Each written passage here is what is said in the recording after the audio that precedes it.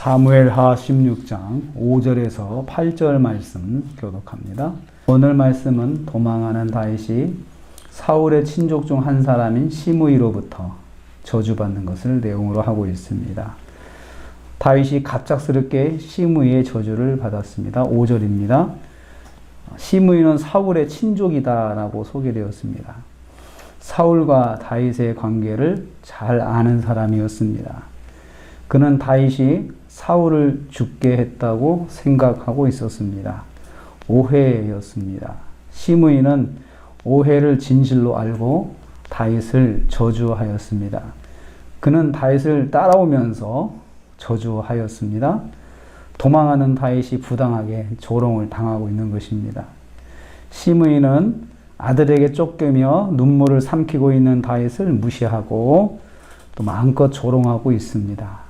아들에게 쫓겨나 도망하는 것도 부끄러운데 시므이의 공개적인 조롱과 저주까지 겹치고 있습니다. 왕의 신하들과 또 백성들과 용사들이 다윗의 좌우에 쭉 있는데 다윗의 이름을 불러가면서 계속 저주를 하니까 다윗이 얼마나 부끄럽겠습니까? 정말 낯이 뜨겁겠죠.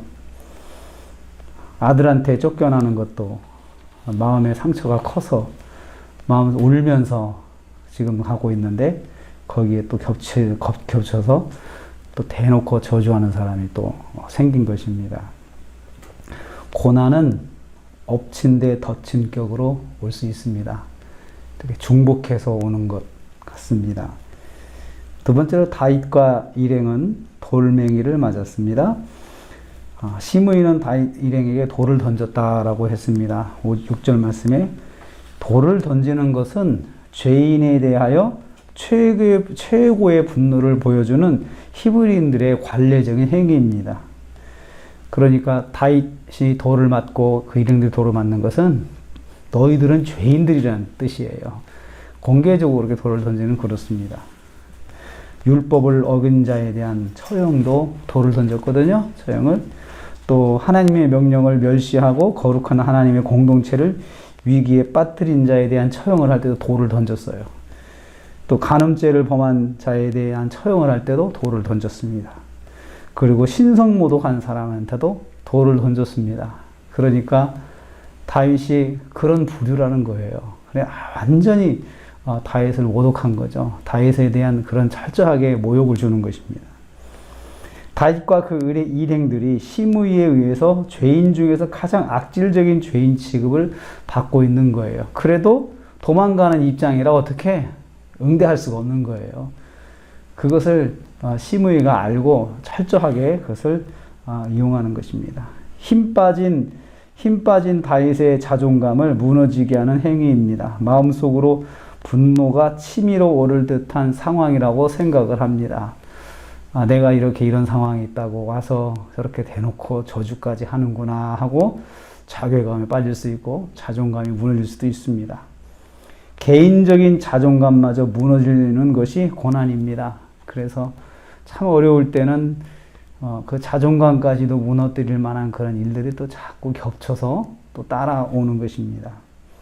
세 번째로 다윗은 하나님께 심판받고 있다고 정죄를 받았습니다. 거기도 겹쳐서 이제 정죄까지 받았습니다. 7절, 8절 말씀이에요. 이제 시므이가 욕설을 쏟아놓기 시작합니다. 피 흘린 자여, 피 흘린 자여 이렇게 하면서 욕설을 합니다. 이것은 살인자라는 뜻이에요. 살인자야, 당신은 살인자야 그 말이죠. 당신은 살인자라는 그 말을 목청껏 외치고 있습니다. 사울과 요나단의 죽음을 다윗이 개입한 것이라고 생각하고 있기 때문에 다윗을 그렇게 살인자라고 외치는 것입니다. 8절 말씀 보면 사울의 족속의 모든 피를 하나님께서 내게 돌리셨다라고 선포합니다. 그러니까 사울 족속의 죽음에 대한 그런 죽임에 그 개입한 대가로 너는 여호와께 벌받고 있어 이렇게 말합니다. 너는 하나님께 벌받고 있는 거야 하면서 그렇게 욕을 하고 있습니다. 다윗은 자신이 사울에게 행하지도 아니한 것으로 정죄받고 있습니다. 그러니까 고난 가운데 오해도 받고요, 또 정죄도 받고요, 저주도 받고요. 아무튼 받을 건 다 받고 있습니다. 변명을 하고 싶었을 것입니다. 내가 한 건 아니다. 변명이 이럴 때는 참 변명 멋있거든요. 억울하다. 내가 한 거 아니다. 왜 그것까지 이야기를 하느냐. 그런 것은 나하고 상관이 없다라고 변명을 하고 싶었을 것입니다. 오해받고 정죄받는 것도 징계의 방법 중에 하나입니다. 이 모든 흐름이 하나님께서 다윗의 범죄에 대한 징계로 지금 진행되는 것이거든요.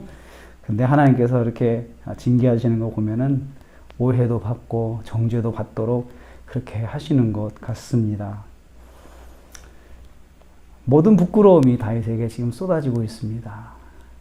그리고 또 이 상황에서 그것과는 별개로 다윗이 지금 하나님 징계 가운데 있지만 사실은 거기에 사용되는 사람들 이렇게 보면 다윗을 속이려고 하는 사람들 찾아오죠. 다윗을 이 기회에 그냥 저주하려고 하는 사람도 오죠. 욕하는 사람들 오죠. 참 다윗이 그냥 뭐 여러 가지가 겹쳐서 다윗이 아주 그냥 살고 싶은 마음이 없었을 것 같아요. 그 정도로 지금 혹독한 징계, 혹독한 고난을 당하고 있습니다. 우리는 오늘 이 말씀을 통해서 고난이라고 하는 것이 겹쳐서 올 수 있다는 것을 꼭 기억을 하기를 원합니다. 그래서 참 하나님 참 고난 가운데 당하지 않도록 하나님 붙잡아 주십시오. 그리고 고난으로부터 하나님 피할 수 있도록 하나님 지혜를 주십시오. 이렇게 기도해야 할 것 같습니다. 혹시 고난이 있으면 그런 상황 가운데서 정말 믿음으로 잘 감당할 수 있도록, 그리고 그런 일이 없도록 주님 막아주시옵소서. 왜냐하면 한번 시작되면 고난의 이 굴레 속에서는 굉장히 사람이 거의 정신적으로 육체적으로 감당할 수 없는 일들이 일어날 수 있기 때문입니다. 오늘 하루를 지내시면서 하나님께서 지켜주셔서 불필요한 고난을 당하지 않고 오늘 하루도 평안한 가운데 승리하시는 저 여러분 되시기를 주님의 이름으로 축복합니다. 하나님 감사합니다.